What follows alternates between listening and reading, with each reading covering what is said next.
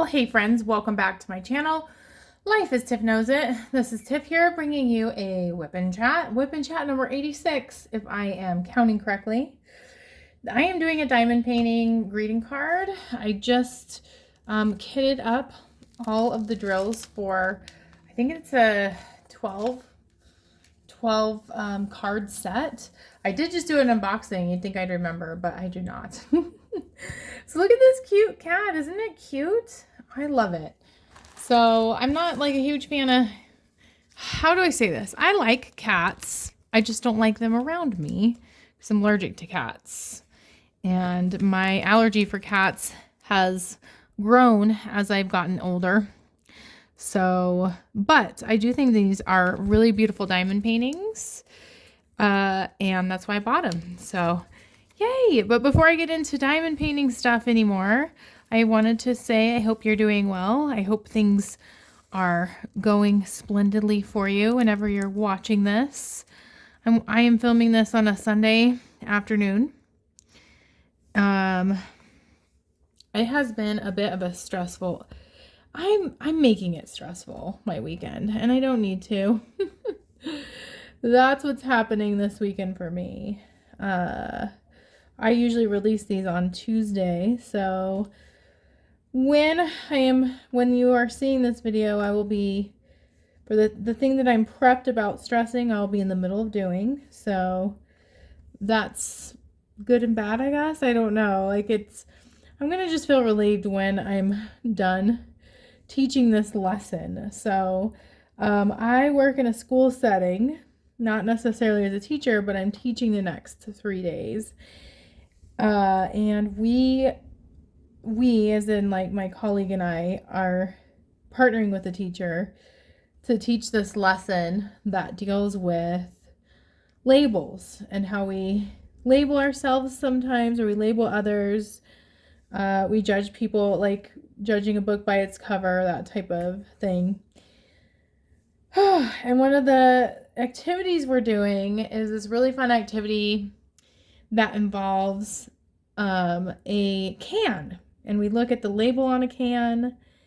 And I doubt any students would ever watch this, so I'm fine like giving away the secret on here. But what we do is we make it seem like there is a can of tomato sauce that we're opening, and we we trick kids into, like, we're trying to open the can and then we accidentally pretend to spill it, and instead of there being tomato sauce in the can, it's candy. It's like this whole lesson that kind of like, it ties into this idea that things can be different than what they appear, and we shouldn't judge people on first appearance. And I'm excited to do the lesson. I'm not ready for it. The cans have been absolutely like super frustrating. You need a certain can opener. You have to super glue the cans back together with candy inside. I have super glue all over my hands right now. I did just look up before this video, how do you take off super glue from skin, because I know it's not good for my skin. I didn't mean to get it on my skin. And it said nail polish remover, but then I thought, well, I'm probably going to be putting more super glue on my hands right after this, so I'm not going to dry out my hands and putting nail polish remover on my skin just to get more super glue on my on my fingers after this. So, but I definitely feel like this discomfort and grossness on my fingers. It's a unique feeling. It kind of like numbs the tips of my fingers. So diamond painting with this is it's interesting, but I'm glad to be diamond painting. I needed a bit of a break from the can situation. I'm really like trying to decide if I want to just prep. I have 15 cans I have to make because I'm teaching this lesson with my colleague 15 times in the next couple of days, and part of me is like, I want to just get it done and get it all ready because you never know what the day's going to bring, and I'm not going to want to do it after work, frantically trying to get it put together. And then part of me is kind of like, it's my weekend. I'm trying to enjoy myself. So that's always kind of like something I've struggled with, is figuring out how to kind of detach from work and how, like, what's that line? Like, I want to feel prepared. That makes me feel better to be prepared. But yeah, thankfully this year I have not had to do this that much. I have not had to work weekends too much. I've really been mindful of my time. It just, the last couple of weeks at work have been insane for me. Just very busy. I'm still absolutely loving my job, thank goodness, but it's left like no time to prep or do anything else other than dealing with what I'm dealing with in the moment. That dropped too soon. These special drills, they're really interesting. I've been trying to pick them up with the wax. These ones are pretty big to do that, but if I push down really hard, it works. I do like these special drills. I think they're really cute.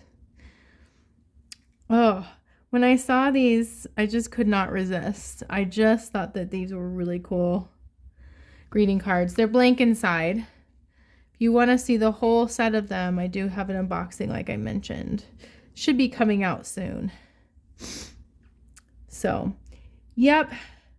I'm trying to figure out what do I do with the rest of my weekend. And let me tell you a little bit more about the others. I guess it's a stressor. It's a positive stressor. I have a craft show next week in my neighborhood. And I feel like the stakes are, they feel high to me because I'm going to be interacting with people I know from my neighborhood. They're not just people that I won't I might, at least not like my closest friends or anything like that. Although I did invite some friends to attend. But I don't know, like, I just feel like the stakes are high. I need to have my, I want to have like a lot of stuff to sell. I'm a week away from it. I have this like really busy week at work. So yes, I think it's safe to say that, I'm feeling the pressure. I'm feeling a bit of pressure. I'm not wanting it to turn into a really stressful thing because I do this for fun. Right? But, yeah, I just wanted to acknowledge where I'm at right now. I am drinking an iced matcha with oat milk, which is inspired by the a Starbucks drink, the lavender oat milk cream, iced cream. I can't even say it. I don't even know. It's so good. The new drink at Starbucks. But I did have a coworker who I'm having a hard time speaking today. I don't want to tell my coworker's story in too much detail, but I will say that drinking a matcha or drinking a sugary drink, you gotta make sure you have stuff in your stomach. I drank one the other day. I was so jittery. I was very jittery and, yes. So I think it's important. I probably shouldn't be drinking it in the afternoon because I'm going to try to get a lot of sleep tonight. But I don't know. I treated myself. I'm trying to not have the Starbucks drink because it's so expensive. And I thought, can I recreate something like this at home? And I will say it's not exactly the same. I don't have any. Oh, I do have some whipped cream here. I guess I could have added some whipped cream, but that's okay. I don't need whipped cream. I will say it's pretty good though. Like, if you're ever looking for a new drink, I would suggest getting matcha powder, which you can get. I got this one at King Soopers. Sometimes it's in the health aisle for some reason. you could also get it at like Sprouts, anywhere really. Just a little scoop of matcha powder, and then I put in stevia to sweeten it, and oat milk and ice. It's very tasty. Something about the oat milk with it, it's very good. So that's my drink suggestion of the week, of the month, that I'm trying so hard to keep my distance from Starbucks. I've spent more at Starbucks than what I care to admit, more so in the past, but I could see this being a slippery slope, and I need to stop from falling down the slippery slope of Starbucks. What's your vice? Put it in the comments. Like, what is your thing that you spend too much money on, or like an indulgence that you really enjoy? Like, I'm curious to know. Mine definitely is Starbucks and just coffee drinks, tea drinks, all the things. I'm curious if you can hear what's going on outside. Someone's doing like some woodwork. I was just reflecting on our neighbors. So I'll tell you the story of our neighbors.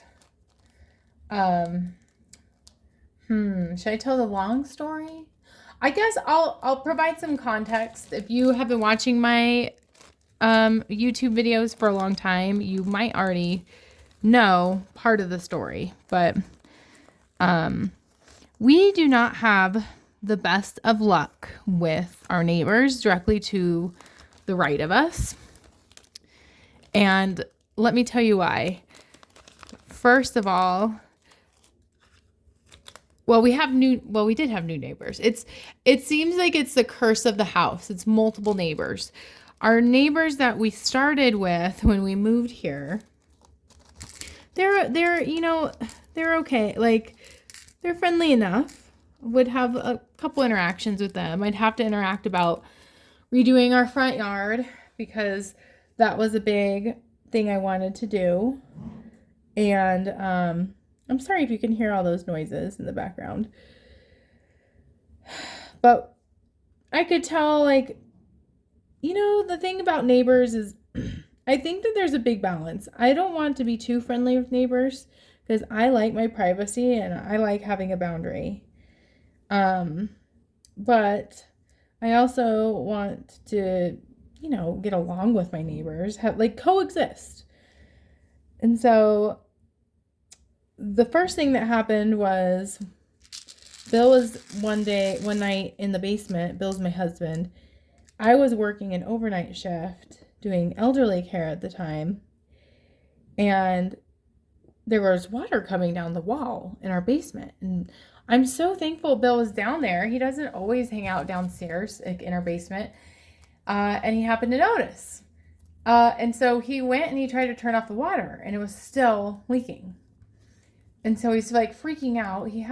Poor Bill, he had Denise here who was sleeping. But he couldn't leave the house without waking her up because he's like, I need to go get some mops. I need to figure out, like, I need to call like an emergency plumber, like what's going on. And what it ended up being was our neighbor to the right of us left their hose on and flooded our basement with their sprinklers. Or I don't know if it was a sprinkler or just like water running. But yeah, so that was super frustrating, and we've just had bad luck with our basement because then we had a sewage backup. There was a whole thing with that. I'm sure you've heard that if you've watched my WIP and chats. So that was the neighbor. Then they moved away, and we got these new neighbors who had some kids, which was great, but they were a little bit older than Denise. And I think, man, it's so hard because I work with kids in my professional life. And being a mom, I feel like it's different. I kind of do err on the side, like I feel like sometimes a helicopter parent where I get nervous about things. I want to keep my kids safe. Like, I'm okay, like if Denise takes calculated risks and, like falling off of a bike or a scooter, that's one thing. But I'm not going to just like let her loose. And the neighbors, I think, just had a different philosophy with their kids. They had a 7-year-old, two 7-year-olds, and then a 9-year-old. And man, maybe I'll feel different when Denise is that age. Denise is my daughter and she's 5. But even at 7, maybe even at 9, I would still want to be outside in case something happened. But the neighbors had a completely different perspective. Like, they would just let their kids do whatever. Like, just go to whoever's house, not even notice that they're gone. It felt weird to me. So these kids would just like stare into our house, like peer through the front door, waiting to see if they could catch Denise's attention, and then Denise would want to play with them. And I would end up like babysitting my neighbors because I'm not gonna just let Denise play with them without me there. And like they're older and taking more risks, and that's totally normal. But like I think it's just really challenging because she was 4 at the time. She just can't do the things that they want her to do. Like for example, they wanted her to go down the driveway with a toy that she has. And this toy, it's like a ladybug. It looks like it's like a car, but in the shape of a ladybug. And she just like went down the driveway super fast right into the street. And like, I'm so thankful there's not a car coming. It was fine. It was okay. But like, it scared me to death. And so, I had to be this, I felt like the parent to them. Like, no, we're not doing that. Like, if you want to do that, fine. You're not my kid, but I am not letting my child do this. And I felt really bad. Like, it's not really my nature to be that very authoritarian, really hard, strict parent. But like, it's pretty, like, I wanted to keep my kids safe. So it was really weird because all of a sudden, all those kids next door, like, it must have just been, like, the family dynamic in that home was really weird. Or just, I shouldn't say weird. Every family's different. But they wouldn't be there a lot of the time. It would either be they're out in the street, unsupervised, and then just gone for like 2 weeks, and then back for a day, completely out of control, and then gone. So, and the other thing that was really weird is that we were invited to one of the kids' birthday parties, and Denise got really excited. Is at this special place. And then the mom said, "Oh, I'll text you the address, or I'll text you the invite." Never heard from her. So like, if you don't want us to come, that's fine. Like, I don't know you, you don't know me. That's totally fine. Like, but don't just like leave someone hanging. You know what I mean? Like, or just be upfront. Say, "Oh, I'm so sorry. We rented a facility, but we don't have any more space." Or, I'd be even okay with like a lie and like knowing it was like a fib to make me feel better than just ghosting me, like saying I'm going to text you and then I don't. So anyway, I hadn't seen those kids for like months. And then I noticed, I should mention that the house next door is rented. It's not owned. So one day we saw a couch just randomly in the driveway and a moving truck. But that was it. And I thought, well, maybe they're just moving their couch, because it wasn't like a moving all day ordeal. They were just moving a couch out. And that was it. So, usually moving is pretty intense, and I'm sure they have lots of stuff. But then a couple weeks ago, there's just this big garbage not can, but like a not a truck. What am I saying? Like a dumpster, like a giant dumpster in their driveway.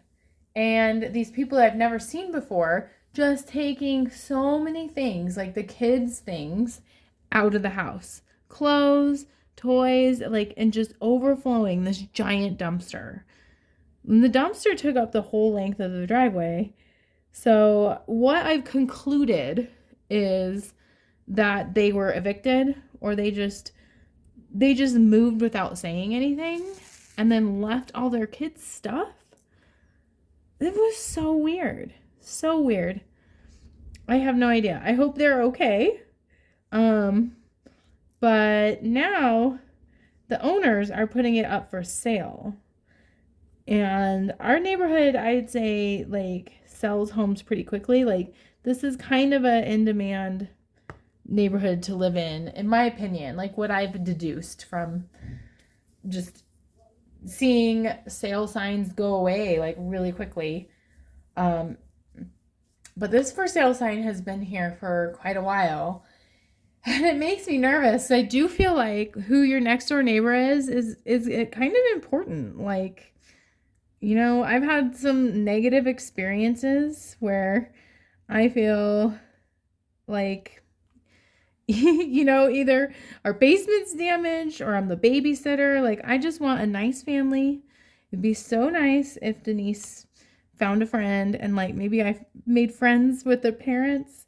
But it's hard when you don't trust parents, or you think there's, like, shady things going on next door, and then your daughter wants to play with them. So we shall see. I was just thinking, though, like, that this house has been vacant forever, and lo and behold, as I'm filming this, there is a pickup in the driveway, and they're doing some woodwork, which I don't know if it's the owner of the house or if it's, like, someone who's moving in.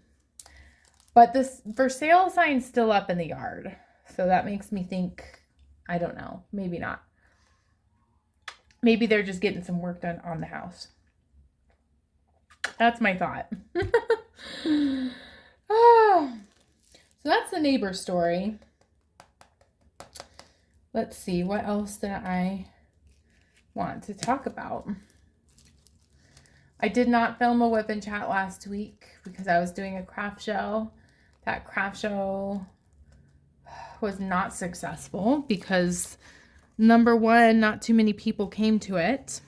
It was in the place that I'm selling things by my parents' house. And number two, I don't know. Like, people looked at my things and then they did not buy anything. Which, that just feels so crappy. It feels so crappy when you just, like, you spend so much time and you put so much effort into making things that you really like. And it feels very vulnerable to put yourself out there and kind of feel judged when people don't purchase your things or they don't seem interested in what you're making.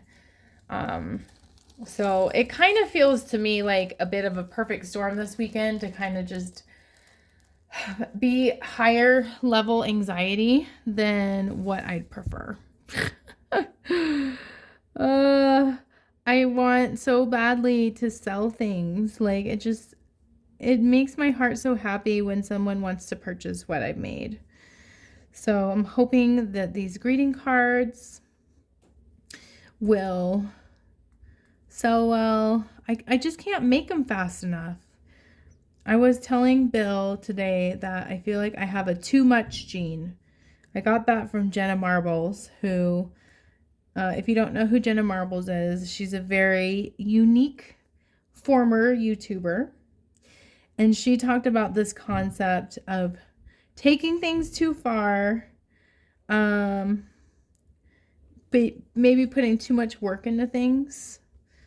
And I totally do that. I have a too much gene. I bite off more than I can chew. I try so hard to be mindful of it. I think I've gotten a lot better about it. But it's just hard because with craft shows, I don't know. Like, I could just work on crafts all the time and never feel like I'm making enough. This craft show is interesting because it's not a table restriction. Like, for the ones I normally do, it has to be just a 4-foot table. And now I can use an 8-foot table. And so I'm trying to, like, figure out how to display all my things. that I've made in a way that looks really cute and is thoughtful. But of course, it's like 3 p.m. on Sunday, and I've been in can hell trying to like figure out my lesson plan for tomorrow, and I still have to look at the actual lesson plan to know what to say. It feels like I'm trying to fit in too much, and then you know what it does is I just end up disappointing myself because I can't reach these standards that I've set for myself that just aren't realistic. So that's kind of just a hard reality that I've been experiencing. Like, I really want to get all these greeting cards done, and I have to work, just like trying to fit it all in. And it's just not going to fit. It's not going to fit because I have to take care of myself. I'm finally feeling better. I've been feeling sick. I've been taking vitamins and, just trying to eat a little bit healthier. I feel like I'm on a roller coaster with that stuff, but I'm trying to make that a priority. So I'm trying I can't just stay up and craft. I can't. I gotta be realistic. But at least I realize that.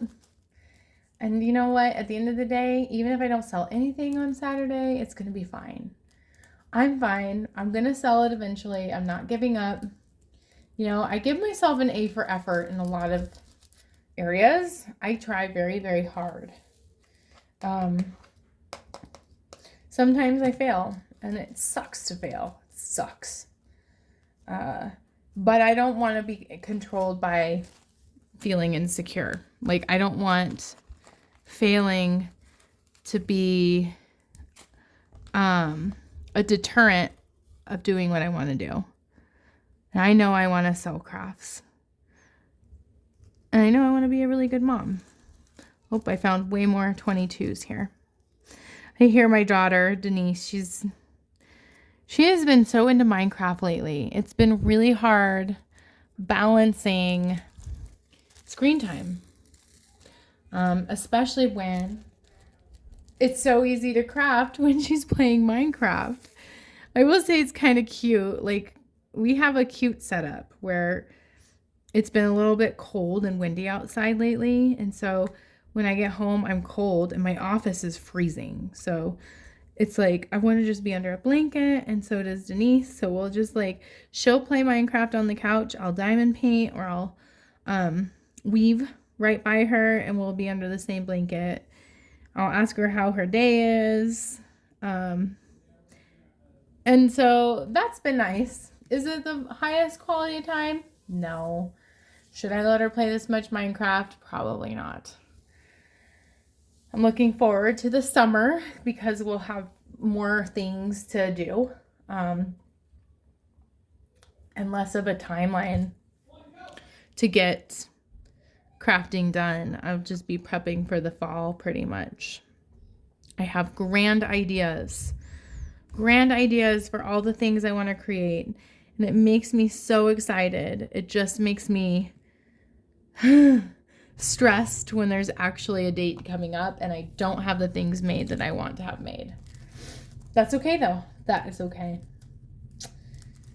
One more update I think I was going to talk about is the raccoons. Don't know if I mentioned the raccoons, but one night I was getting Denise ready. I think we were getting ready to take a bath. She was getting ready to take a bath. I was helping her. And we hear this terrible squealing sound. Even Bill was like, "What's that?" And he's not usually startled by those things. And it was some raccoons who I guess have made a little home in our garage, which is surprising to me. And I don't mean just in our garage in the corner. I mean in our walls in the garage, in our insulation between our garage and our house. And so we had someone come out. They also found squirrels that live in our house, also in our garage. there is a big hole in the front of our house where they get in. And it seems like they've been living there a very long time. The more you know. Like, I don't think we would have known if the raccoons, maybe they got into a fight. I don't know what that was. But I guess there was so much feces and gross stuff that it creates a lot of bacteria. It's not healthy, obviously. We don't want, also the raccoons to, eat through our wall. They would have been right in our living room wall. So we had to get it taken care of, and that's done. It's off our list of things to do. Got that done on Friday. But I tell you, owning a house, it's never boring. There's always things that need done. I just always feel that there's things. So I'm excited for just projects to be over with. I'm a little bummed that I don't know. I'm so thankful. I've talked about this before, but our father-in-law has a lot of connections. My father-in-law, Bill's dad, has a lot of connections with people who do different services. And so we're using them. But because of that, we're kind of on their timeline. And I was under our next project is the to get the outside of our house painted. And I was under the assumption that we would have started that now so that it could be done by the time summer starts. This is just totally selfish reason, but I'm such an introvert at times. I don't want to deal with people outside of my house. I think when the school year ends, which it's coming to a close in 3 weeks, it's so manageable. But when it ends, I don't want to deal with house projects. I'm ready to just relax and do my own thing at my own pace with my daughter and not worry about what I have to wear or looking presentable or having the house clean because of people in our house doing projects. Even if it is outside our house. But I guess I need to vent about that. It's a little bit out of my control, and I am so grateful at the same token to be able to get house projects done. It's all going to be okay. It's all about my flexibility is being tested, and it's okay to feel uncomfortable. It's okay to feel stressed, as long as it's being managed healthy. And stress is just a part of life. So I'm going to get through it. I'm going to probably just tell you a quote and then go because I want to make sure I'm spending time with my goofy family who's downstairs. The quote is, "Imagine all the things we could be if we weren't controlled by insecurity." I love that. I think I've done a good job this year of not letting insecurity choose what I do. I am taking risks. I'm getting stuff done. And that's why I think I've felt a little stressed because I'm taking risks. I'm doing the things. So, I think I'm going to leave it at that. I hope you enjoyed this whip and chat. Give me a thumbs up, comment, subscribe, all the things. If you did, that's super helpful for me. I appreciate you, and I will see you in another whip and chat. Bye.